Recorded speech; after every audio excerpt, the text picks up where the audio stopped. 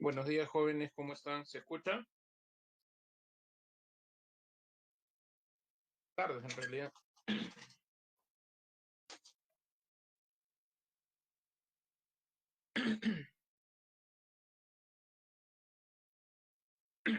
Julián, ¿cómo estás? ¿Qué tal? Valentina, Shania, ¿qué tal?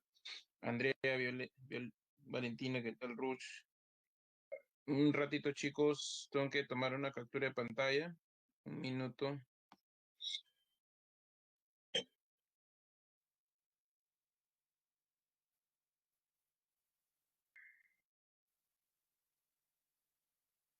Un minuto, chicos.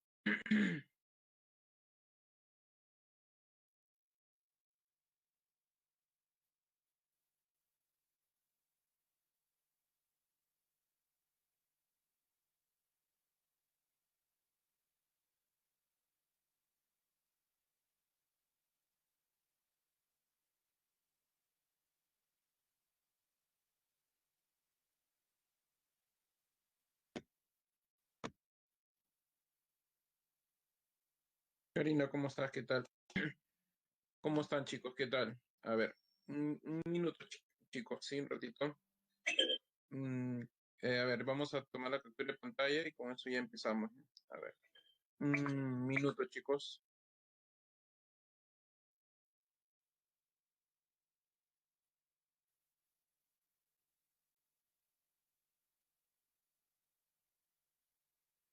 A ver, un ratito.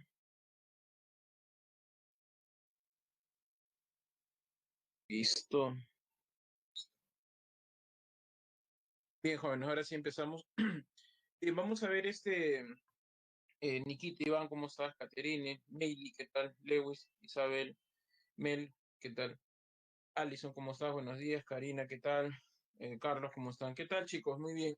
Vamos a empezar la clase en relación a lo que es el aspecto de la literatura medieval y la literatura de la Edad Moderna.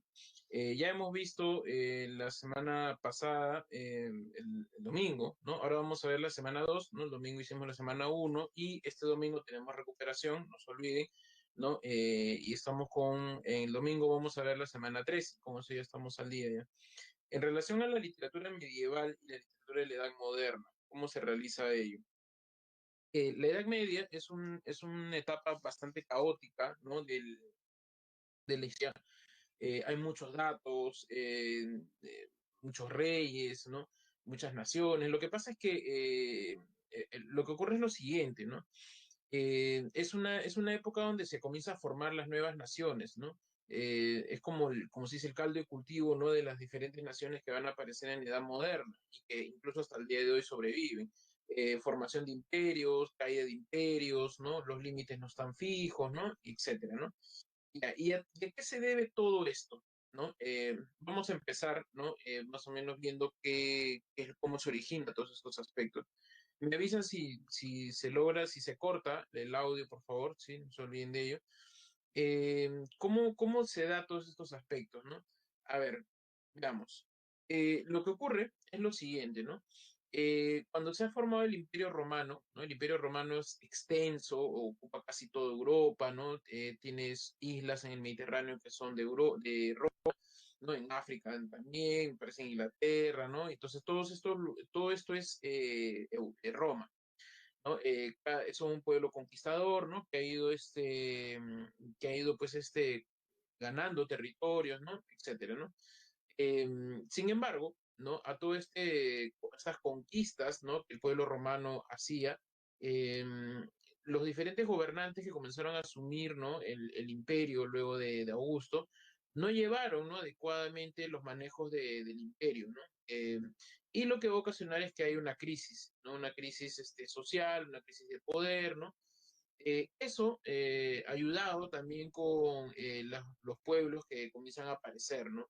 Y que comienzan a instalarse dentro de la ciudad, dentro de Roma. ¿Qué es lo que ocurre? En primera instancia, cuando los pueblos son conquistados por Roma, ¿no? Roma lo que hacía no era pues someterlos como una dictadura, ¿no? Sino que lo que hacía en realidad era conquistaba el territorio, ¿no? Y ponían a un gobernante del pueblo, ¿no? Así no sentían pues una usurpación, ¿no? No sometían, sentían que alguien no de ellos, ¿no?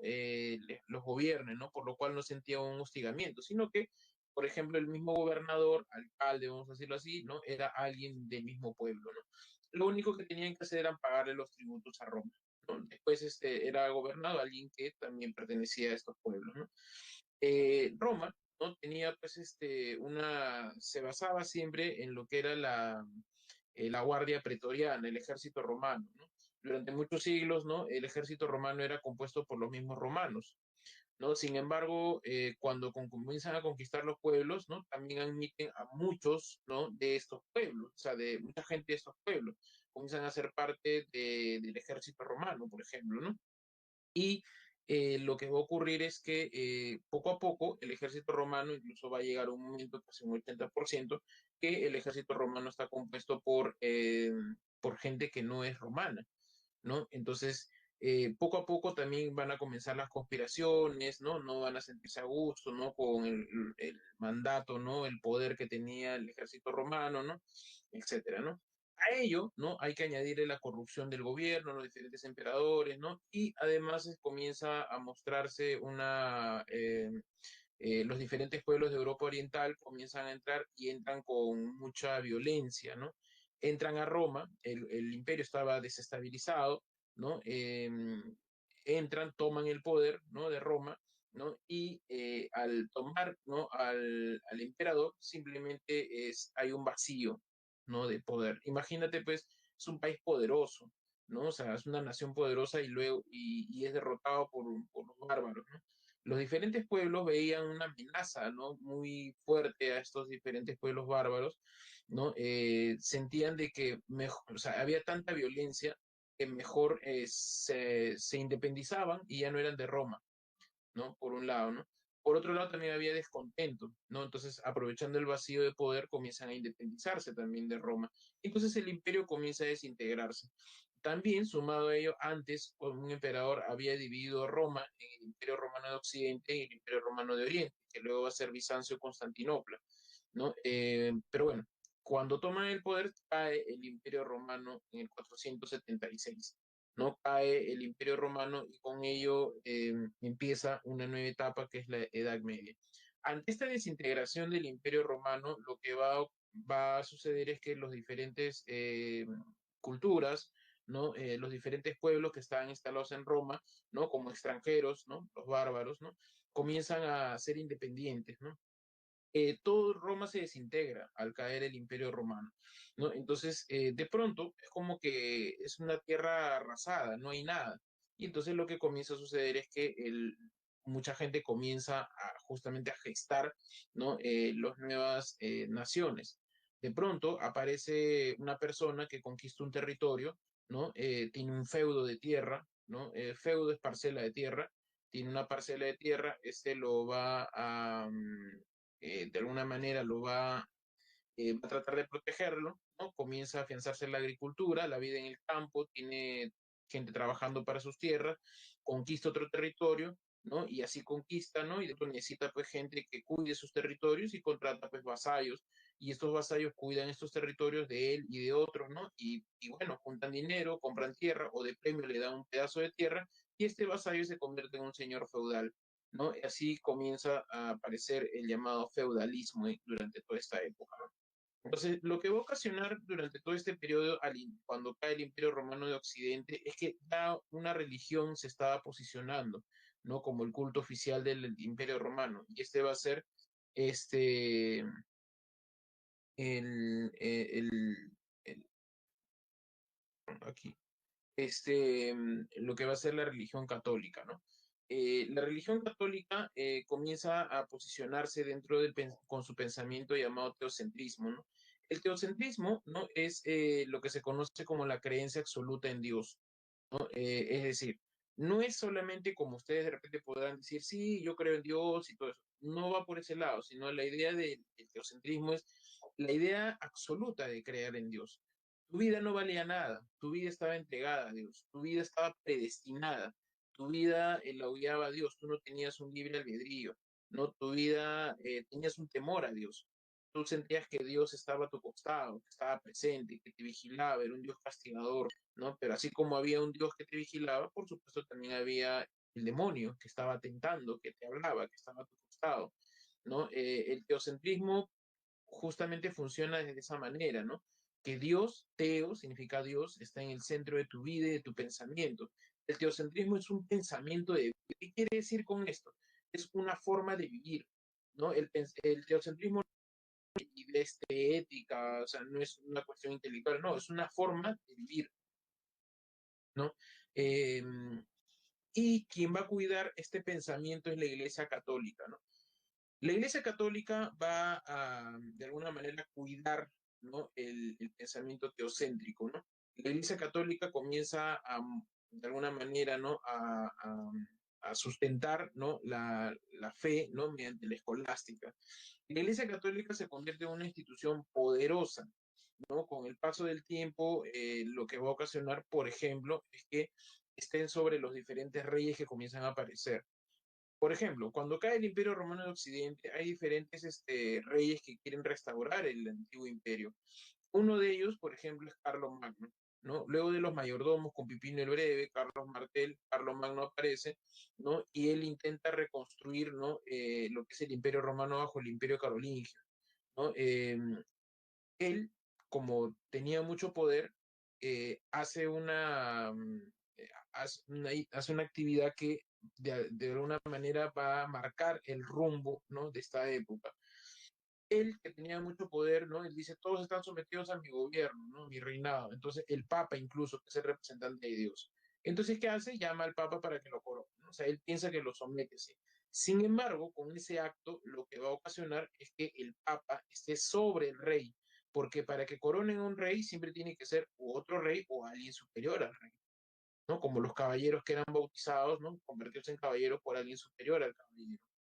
Y aquí ocurre eso, al coronar el Papa a ello, le va a dar la potestad de que el Papa siempre tiene que coronar a los reyes. Con el paso de los siglos ya no solamente se da esta costumbre, sino que se pide la venia, el permiso del Papa para coronar a los reyes. Con el paso de los siglos, el Papa tiene mucho poder y él es el que decide quién va a ser coronado. Si decide que no, por cuestiones políticas, económicas, no lo coronaron, ¿no? Y como el Papa coronaba a mucha gente, tenía pues reyes a su servicio, ¿no? Entonces, de repente había un reinado que tal vez podía ser peligroso, ¿no? Y él no estaba de acuerdo, por supuesto, quien iba a ser coronado se oponía, pero como el Papa tenía tres, cuatro reyes a su favor, simplemente no lo coronaban, ¿no? Entonces el Papa comienza a tener poder, ¿no? Con ello. La Iglesia Católica utiliza la escolástica, ¿no? La escolástica es un sistema de educación en la cual se utilizaba el trivium y el quadrivium, ¿no? Te enseñaban gramática, retórica, astronomía, música, álgebra, aritmética, ¿no? Se enseñaba las artes en general, ¿no? Con ello, tú aprendías, ¿no? Todo lo que era el saber humanístico, ¿no? O el saber, ¿no? De la antigüedad. Em, pero la escolástica también es la filosofía, ¿no? La escolástica es la filosofía en el aspecto de, con eso se basaba la idea de la creencia en Dios. Lo que pasa es que comienza a haber un cuestionamiento, ¿no? Y comienza a decirse, si Dios existe, ¿dónde está?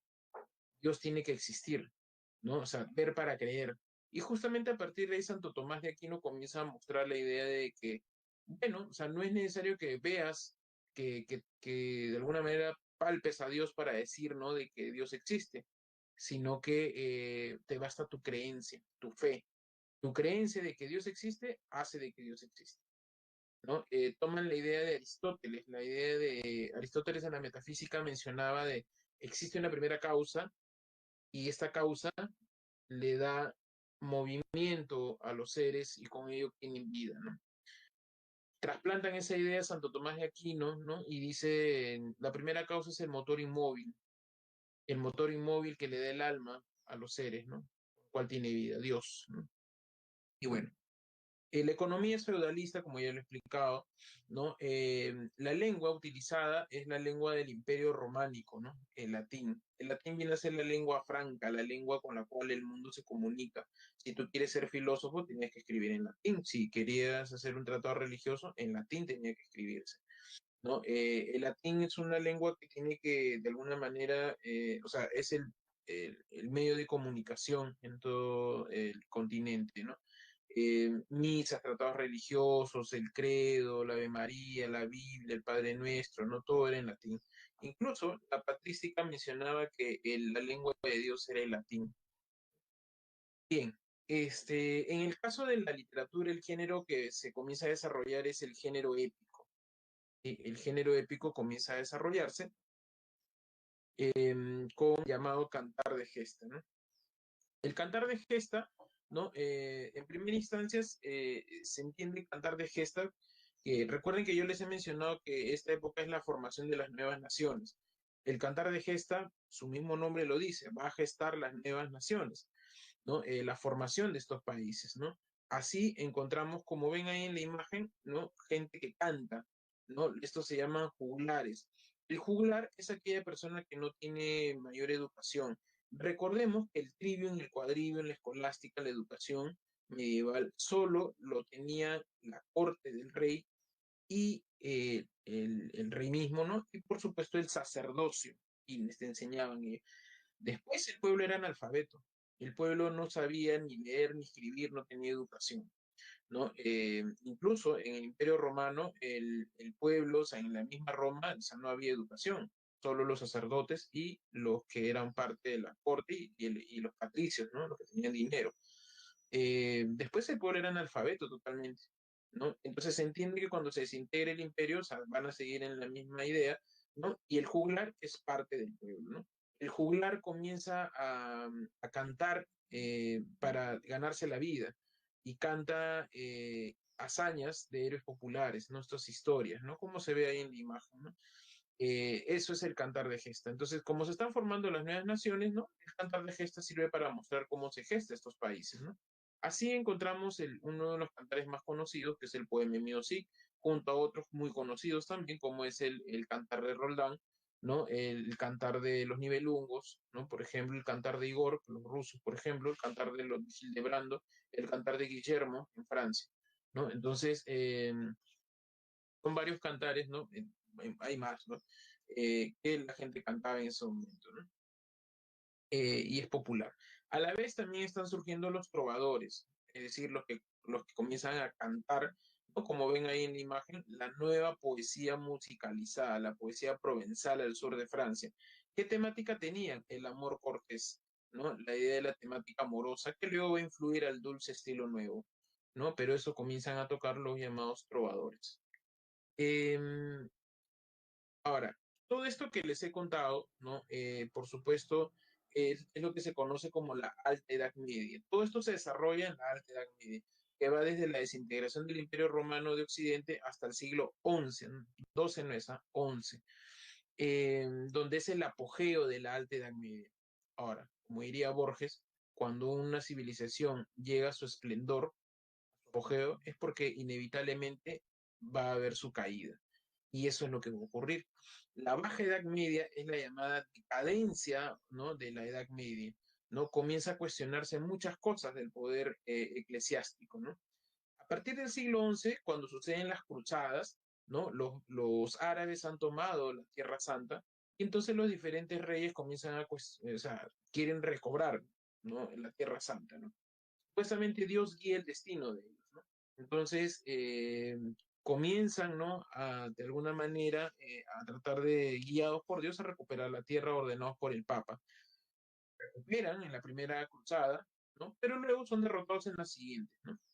El Papa seguía ordenando que vayan, pero los reyes ya comienzan a cuestionar ello porque dicen, total, no que Dios quería que la Tierra Santa sea parte de nosotros, y si es así, ¿por qué no nos hace ganar?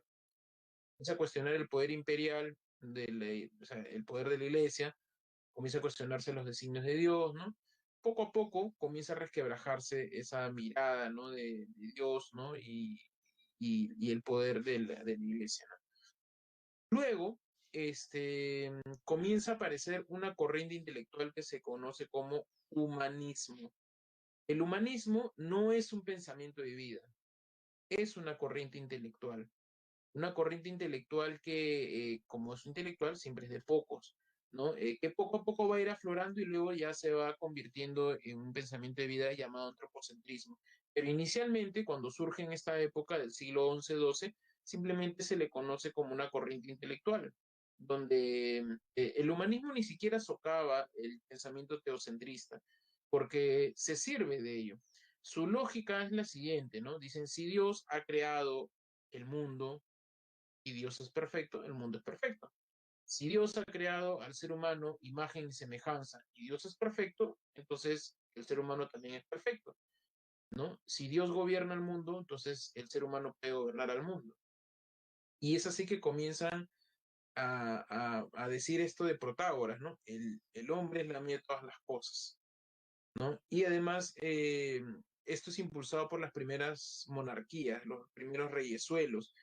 Esos que antes eran señores feudales comienzan a tener muchas haciendas, muchas feudos, muchos parcelas de tierra, en fin, muchos territorios, ¿no? Y ahora hay mucha gente trabajando para ellos, los gobiernan, ¿no? E impulsan esta idea eh, del humanismo porque ellos tienen que gobernar ahora 5.000, 10.000 personas, ¿no? Etcétera, ¿no? Eh, la lengua, ellos van a seguir hablando el latín. Sin embargo, en la Baja Edad Media hay mucha importancia y comienza a darse el hablar de las lenguas romances.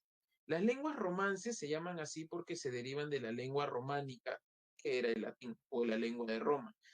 Ahí encontramos el español, el portugués, el francés, el italiano, el rumano, el catalán. Y además de las lenguas romances, ¿no? ¿Por qué se le conocen como lenguas vulgares? Lenguas vulgares se les conoce a las lenguas que son derivadas del latín como las romances y otras lenguas que no son del latín, como el holandés, el sueco, el alemán, ¿no? Etcétera. Todas esas lenguas que no son de latín, más las lenguas romances que sí son de latín, todo eso se llama lenguas vulgares.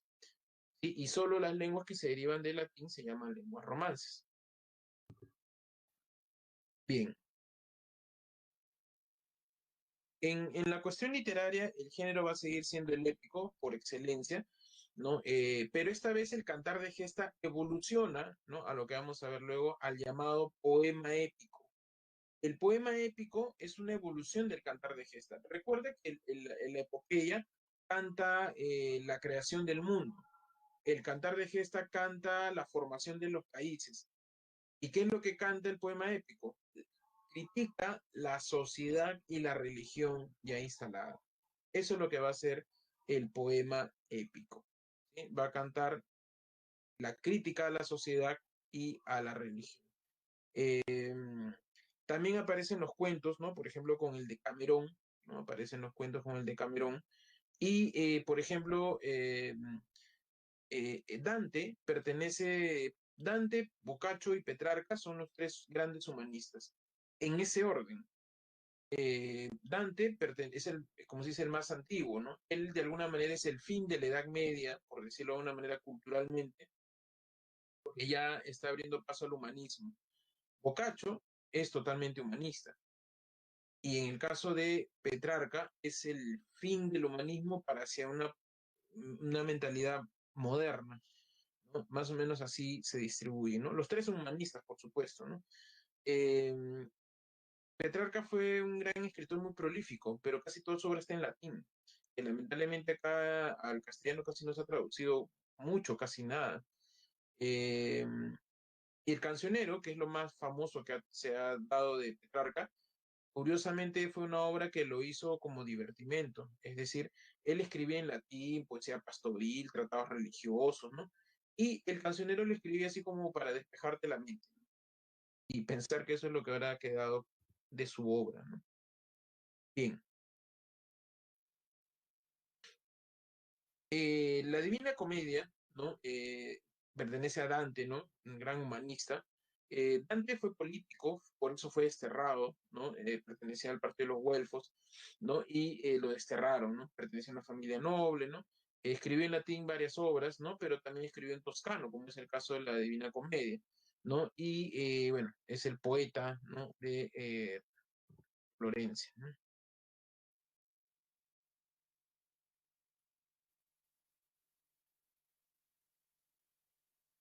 La Divina Comedia es un poema épico, es del género épico y, como les decía, poema épico, ¿no?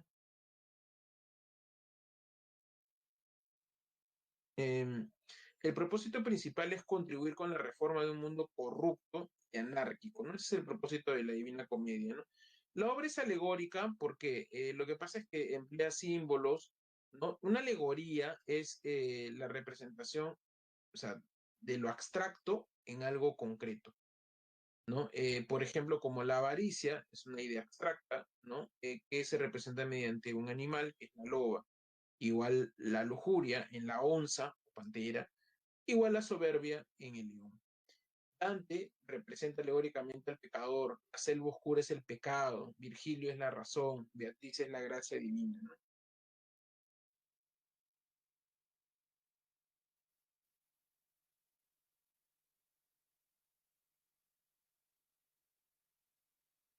Recuerden que Divina le puso Boccaccio, ¿no? Porque Dante le llama comedia, ¿no? Está dividida en tres partes, ¿no? Infierno, purgatorio y paraíso, ¿no? Cada parte está dividido en 33 cantos, ¿no? Y 33 cantos cada parte más un introductorio serían 100 cantos.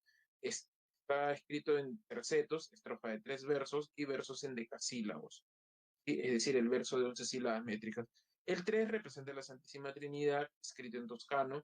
No sé qué, algún elemento más me parece que me olvido. No creo que no. Bueno, y ahí está el canto, ¿no? Así iniciando la mitad del camino de la vida, ¿no? Yo me encontré en una selva oscura con la senda derecha ya perdida. Así inicia este gran poema épico. Bien, lo que ustedes saben que Dante recorre pues esos tres reinos de ultratumba, ¿no? Dante muestra en el infierno, ¿no? Los castigos de los pecadores en el purgatorio, ¿no? Los pecadores del infierno jamás se van a salvar, van a sufrir por los siglos de los siglos. Amén. Ahí, ¿no? Están todos los pecadores que nunca se arrepintieron de lo que hicieron, ¿no? Y van a sufrir toda su vida, ¿no? De inframundo, ¿no? En el purgatorio, más bien, sí, los pecadores, una vez que pasen todas las penurias, pueden ascender al paraíso, ¿no? Y en el paraíso están pues todos los que se regocijaron, ¿no? Los que siempre hicieron el bien, ¿no? Etcétera, ¿no?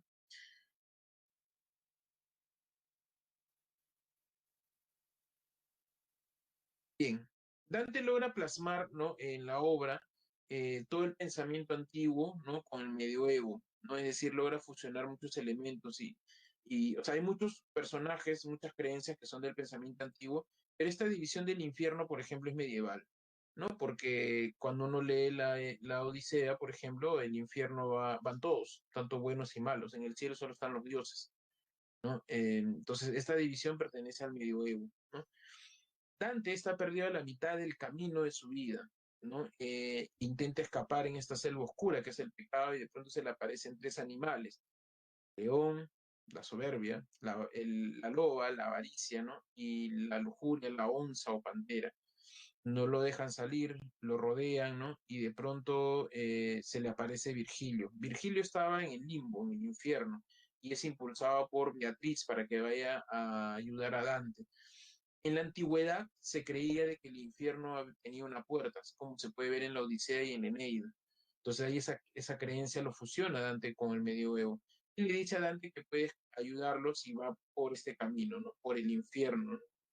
Purgatorio. Y Dante acepta, ¿no?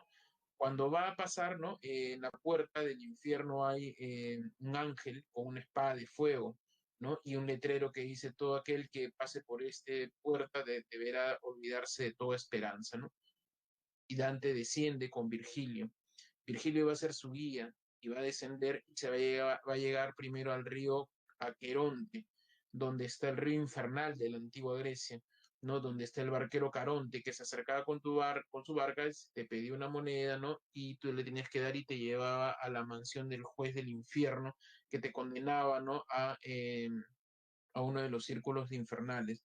Dante sube a la embarcación de Caronte y el río está compuesto por las almas humanas, ¿no? Sufriendo y le dicen a Dante que ore por ellos, ¿no? Cuando Dante llega a la mansión infernal,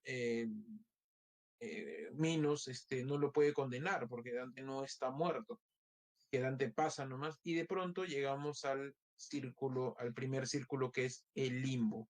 El limbo o de los no bautizados acá no hay mayor culpa que se paga, acá no hay castigos, ¿no? Acá están todos sentados, aburridos, hablando entre ellos, ¿no? En un bosque. Lo que pasa es que el limbo están aquellas personas que no conocieron a Dios, están aquellas personas que murieron de repente antes de ser bautizados o de haber recibido la gracia divina, ¿no? O la aparición de Jesucristo, ¿no? Entonces muchos no tienen la culpa, ¿no? Aquí está Sócrates, Platón, Aristóteles, los presocráticos, está Virgilio, ¿no? Entre otros. Cuando pasa este bosque van a llegar al segundo círculo, que es el de la lujuria, ¿no? Aquí hay como una habitación de piedra donde uno puede ver, ¿no? Tormentas de arena, ¿no? Que arrastra a los pecadores, a los diferentes pecadores, ¿no? La lujuria dice que dejaste arrastrar por la pasión, ¿no? Y entonces aquí también estás arrastrado, ¿no? Aquí está París y Helena de Troya. La siguiente es el de los glotones, la gula, ¿no? Aquí están todos se está cayendo granizo, están desnudos, todos agrupados, les está cayendo granizo y si alguien intenta escapar, aparece el cerbero, ¿no? Con un hambre feroz, ¿no? Y los comienza a devorar, ¿no? Eh, Luego están los pródigos y avaros, ¿no? Los pródigos son derrochadores, ¿no? Aquí están en una laguna, se están ahogando. Cuando están a punto de ahogarse, logran salir. Y están los centauros que los golpean nuevamente y los hunden hasta que estén a punto de ahogarse, otra vez se levantan y otra vez los hunden, ¿no? Luego están los iracundos, aquí están pasando entre ellos, ¿no? Están en un lugar, ¿no? Los cerros, ¿no? De pronto pasan, ¿no? Y este, se muerden entre ellos, ¿no? Se golpean, se agarran de cabezazos contra las piedras, ¿no? Eh, También le pegan a los displicentes, los que pudieron hacer algo no hicieron nada, ¿no? Algunos están llevando unas piedras enormes, como el mito de Sísifo, por ejemplo, ¿no? En fin. Luego están los herejes, ¿no? Aquellos que dividieron la religión cristiana, ¿no? Aquí está Mahoma, está amarrado al suelo, ¿no? Como un desierto, como si el desierto hirviente, la arena, y de pronto viene un águila, le devora el hígado, se va el águila, se cierra la herida, otra vez viene el águila, así tipo Prometeo encadenado. Luego, lo que viene son el círculo de los violentos, dice tiranos, suicidas, impíos, rufianes, todos ellos son los violentos, ¿no? Ellos sufren diferentes castigos, ¿no? Los suicidas son perseguidos por chacales devorados en los bosques, eh, los tiranos están debajo de unas piedras, ¿no? Otros están en pozos de heces, ¿no? Por ejemplo, ¿no? Luego sigue el círculo de los mentirosos, ¿no? Que acá han puesto como círculo de los malévolos. Es el círculo de los mentirosos donde están los hipócritas, los malos consejeros, los adivinos, los simoniacos, los aduladores, ¿no? Son los mentirosos y ellos están en unas ¿no? tumbas de fuego ardiente, ¿no? Aquí está Odiseo por el engaño del caballo de Troya. Están varios papas incluso, ¿no? Por último, el peor pecado que se puede pagar en el infierno es el de la traición. Lugar oscuro donde llega Dante y ve el río helado, el río del Cosito. De pronto sale de ahí, ¿no? Y entra en la parte más oscura, más profunda, donde está Lucifer, gigantesco, tiene tres rostros, ¿no? Uno negro que representa África, uno amarillo que representa Asia y uno rojo que representa Europa. En esos tres rostros hay tres fauces que se están devorando a los tres traidores, Casio, Bruto y Judas. Y están sufriendo y Dante se lamenta por ellos, llora y llora que Dios los ayude. Dante pasa por el costado de Lucifer, ha llegado al centro del mundo y se desmaya. Hay un terremoto, ¿no? Y de pronto cuando se despierta, Dante está en el cerro del purgatorio, en el cerro del purgatorio. A ver, Rodrigo, oí que en la Divina Comedia el diablo está en las puertas del infierno devorando el alma de Judas Iscariote por ser el más grande pecador, ¿es verdad? Lo he mencionado, el diablo está sentado en la parte más profunda, ¿no? Con los tres rostros, ¿no? Devorándose a los tres traidores, ¿no?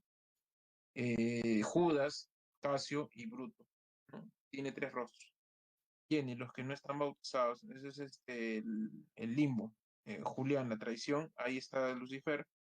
Eh,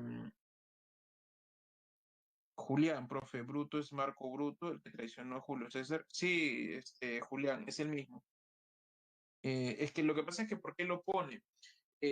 Casio y Bruto son dos conspiradores de Roma, ¿no? Y Bruto es el de Julio César, porque lo que pasa, así como encuentras que Odiseo está en los mentirosos, los falseadores. Lo que pasa es que recuerda que Dante es de Florencia, es decir, es de tierras italianas.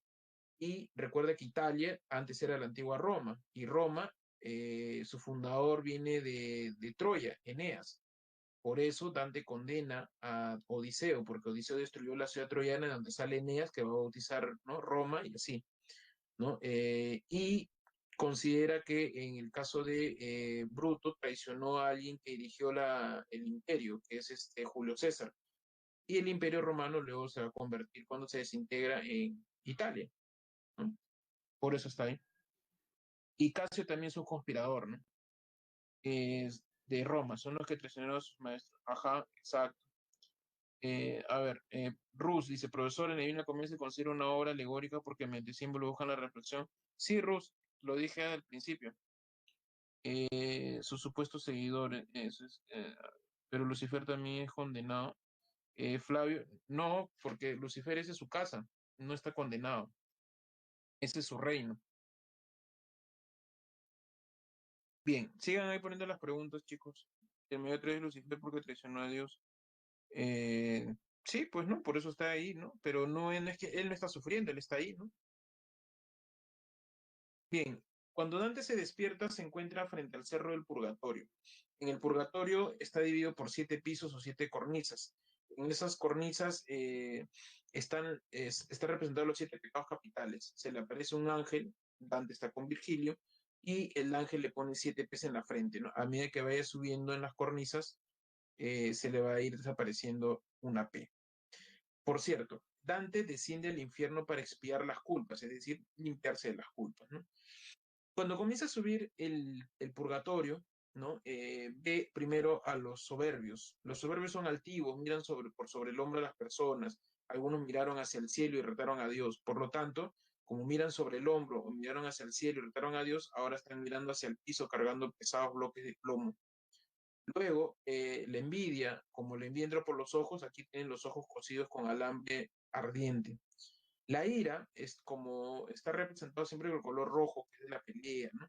Acá están caminando sobre carbón ardiente, ¿no? Rojo, ¿no? Y cada vez que se amargan sale como una humareda, así como un gas que les quema. Eh, la pereza, aquí Dante los encuentra corriendo, están haciendo actividades, ¿no? Porque en vida eran perezosos, siempre están construyendo algo, siempre están corriendo, ¿no? La avaricia, como son hambrientos de lo material, aquí están tirados al piso con la lengua hacia afuera, lamiendo el piso escarchado, ¿no? La gula, que pertenece a esta idea de la comida y la cuestión sexual, aquí están tuberculosos y están predicando la abstinencia sexual. La lujuria, aquí están, cuando Dante llega aquí ve llamaradas gigantes, ¿no? O sea, muy grandes llamaradas y de pronto se acerca uno y ahí se está quemando un pecador. Los pecadores se están quemando, porque así cuando la lujuria te quema el cuerpo, aquí también te estás quemando. El fuego es purificador y tiene que pasar eso antes de pasar al paraíso. Aquí, a diferencia del infierno, en el infierno jamás vas a salir de ahí. Aquí sí, ¿no? Más o menos el sufrimiento es entre 1000 a 3000 años por cada cornisa. Si empiezas en el piso último, en el 7, ya cuenta, pues, ¿no? Son más o menos 20.000 años por ahí, en promedio.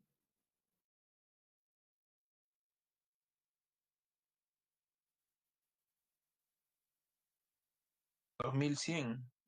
Así es. Aunque Dante dice ahí, hay ¿cómo le llaman? Un bonus ahí, un comodín, ¿no? Por cada misa que hagas, ¿no? Te va aligerando, ¿no? Creo que por cada 10 misas pasas algo así como que se reduce, creo, y vas pasando una cornisa. Lo dice ahí, no recuerdo exactamente la cifra, pero por cada 10 misas creo te da un comodín para que puedas subir, algo así. Claro, 3000 años no es nada, pues, ¿no? 3000 años por cada cornisa, ¿no? Imagínate, no es nada, ¿no? Pues se pasa volando. Mira, ya se pasaron 2000 años, ¿no? Desde que se fundó, de que vino Cristo, ¿no? Bien, y una vez que está ahí al final, ¿no? Virgilio no puede acompañar porque Virgilio es pagano, ¿no? Ahora Beatriz se acerca para ayudarlo a Dante a guiarlo por el paraíso. Claro, pero, o sea, 21.000 años condenados, pero mira, eso es mejor a nunca salvarte, ¿no? En el infierno, ¿no? Porque en el infierno jamás hay esperanza, ¿no? Entonces sí, sí conviene el purgatorio.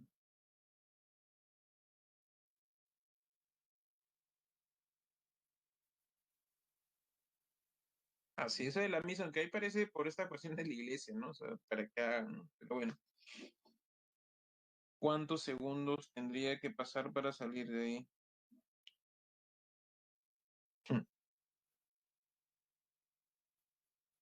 Bien, vamos a ver lo del paraíso.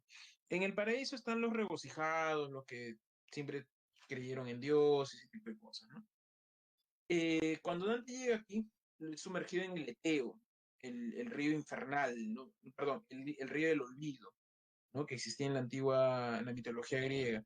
Es sumergido como si fuera un bautizado, ¿no? Luego sale y de pronto ve alegorías, ve un carro empujado por o arrastrado por dragones y encima una mujer, ¿no? Entonces es la corrupción de la iglesia. Y luego pasa, ¿no? Ello y comienza a subir cada círculo concéntrico, ¿no? El primer círculo concéntrico está compuesto por 9, encuentras a Mercurio. Aquí están todos los que dieron las bienaventuranzas, los evangelistas, ¿no? Las palabras de Dios. Luego está Venus, ¿no? Los que amaron a Dios por sobre todas las cosas, ¿no? Luego está el Sol, los que fueron siempre, tuvieron el camino iluminado, ¿no? Para predicar la palabra de Dios, ¿no? Luego está Marte, los mártires cristianos, los que murieron en las persecuciones, los que lucharon por Dios, ¿no? Luego está Júpiter, aquí están los reyes, por ejemplo, está Salomón, el rey David, ¿no? Los que se regocijaron con Dios, ¿no? Luego está Saturno, acá están los profetas, los sabios, ¿no? Por ejemplo. Luego ellos creían que ese cielo estrellado que tú ves en la noche, ellos creían que eso era una bóveda, un círculo concéntrico del paraíso, ¿no? Y eso era, pues, aquí supuestamente estaban aquellas personas que siempre estuvieron, que siempre trabajaron para dar su vida a Dios, por eso siempre están iluminados, ¿no? Luego entran a lo que es el primer móvil, ¿no? Donde ya están cercándose a Dios. Y por último, el Empirio. El Empirio es de alguna manera, eh, el lugar donde mora Dios. Cuando Dante llega aquí con Beatriz, ¿no? Son elevados, ¿no? Y de pronto ven una luminosidad gigantesca, ¿no? Una luminosidad tan fuerte, ¿no? Que los ángeles, arcángeles, querubines, serufines, arcontados, principados, todos una serie de ángeles, ¿no? Están rodeando, extasiados a Dios, una bola luminosa, ¿no? Y Dante al final te dice, oh lector, perdóname que no pueda describirte cómo es Dios, porque Dios con su luminosidad me ha cegado los ojos. No es que lo ha dejado ciego, sino que no lo deja ver. Dice. Amén. ¿Alguna pregunta, jóvenes? Faltaba la canción, aleluya, aleluya.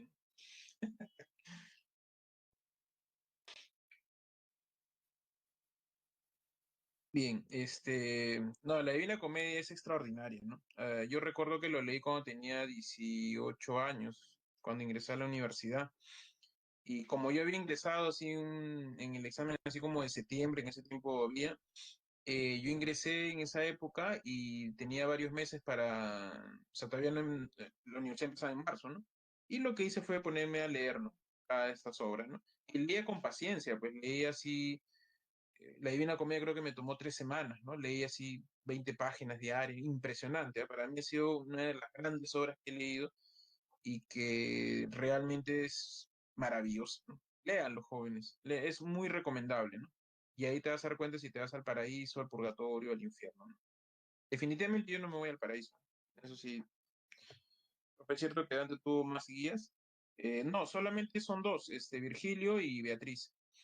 San Bernardo no es un guía, o sea, lo que pasa es que Dante cuando está en cada una de las cornisas o círculos, siempre hay alguien que acompaña en cada cornisa, porque son los que de alguna manera habitan ahí. En el paraíso, en cada círculo que va, hay alguien que le explica.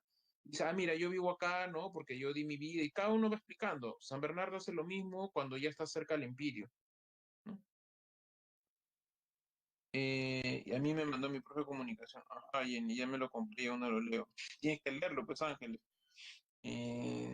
¿Alguna editorial que recomienden?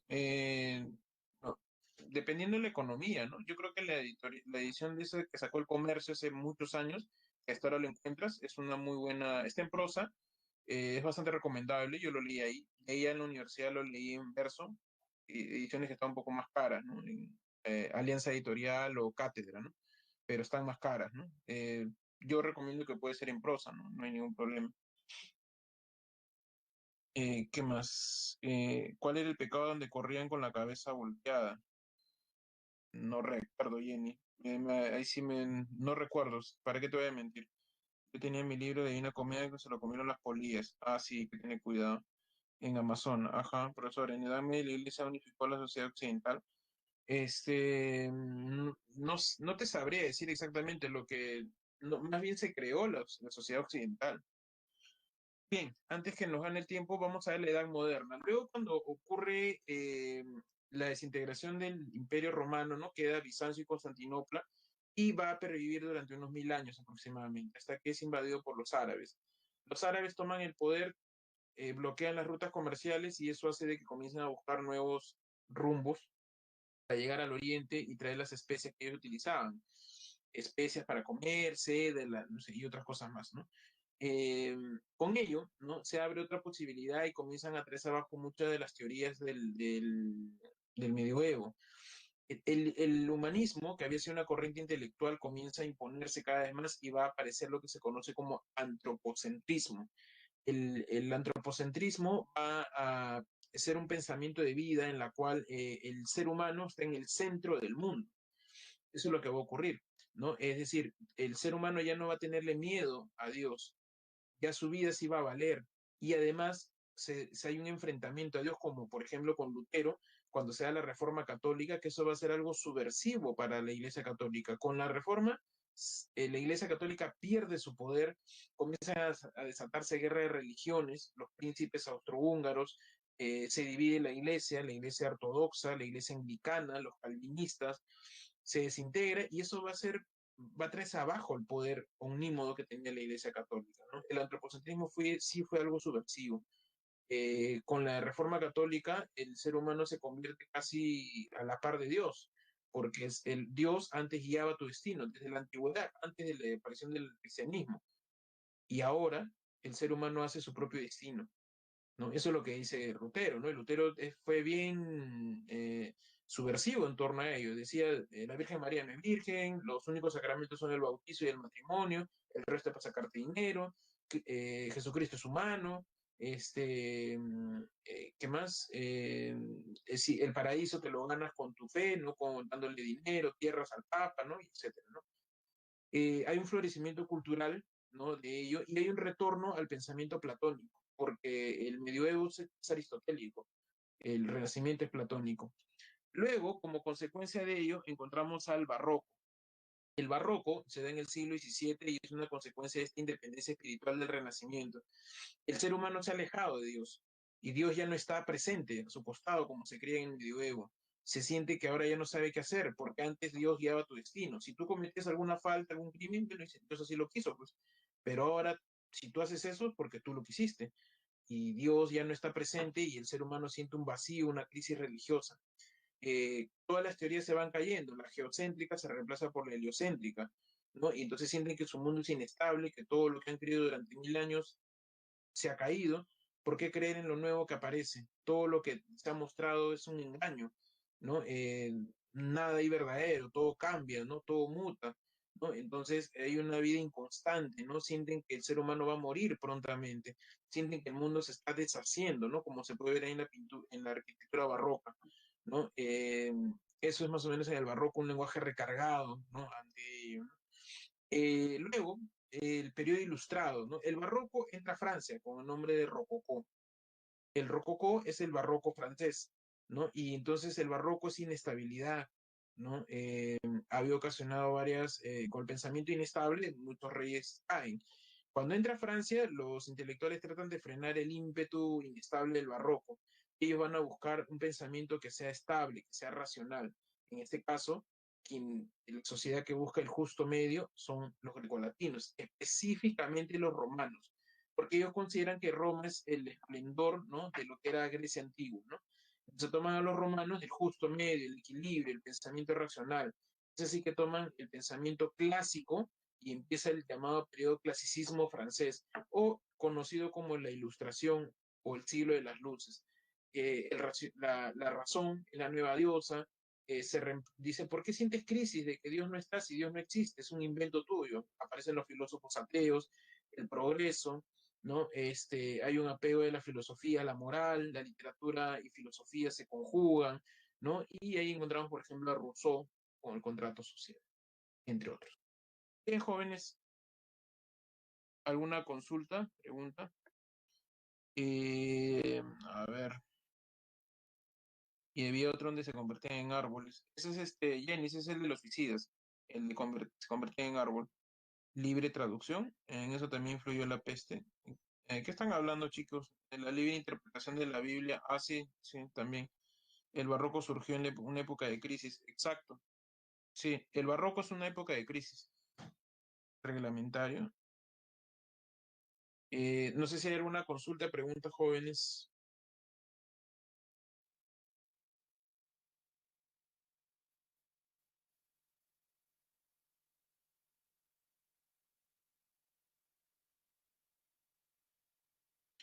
En el cambio de pensamiento del Renacimiento, a eso me refería. Exacto, Lisbeth.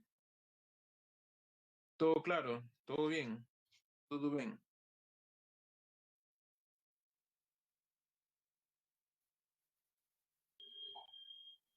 todo correcto. Gracias, Iván. Gracias, Karina. Very good.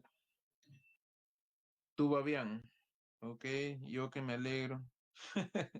Y alguien se alegra. ¿Ah? Bien, entonces, pueden resolver sus preguntas, jóvenes, para darle las claves. Nos queda un par de minutos.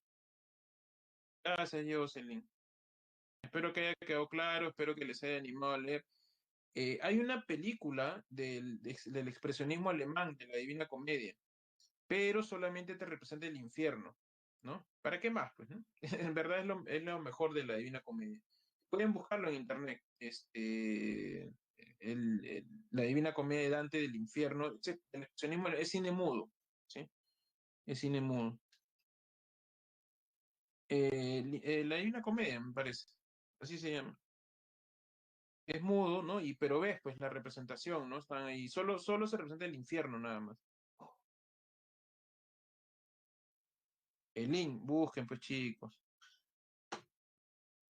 Profe, usted dijo la clase pasada cuáles eran los libros que debíamos leer. Ah, Jenny, sí, El mundo es ancho ajeno y La ciudad y los perros. Primero El mundo es ancho ajeno, ¿no? Porque eso va a venir en el tercer examen, y La ciudad y los perros en el cuarto. De nada, Rus, de nada, Jenny.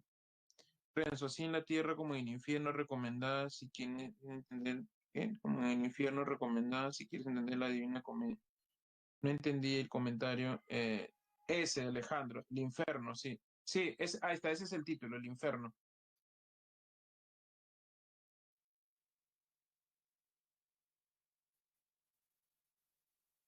El infierno es el título de la película que trata sobre el infierno de Dante.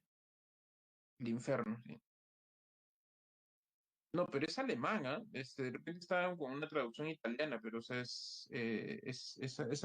o, bueno, o es del expresionismo en todo caso.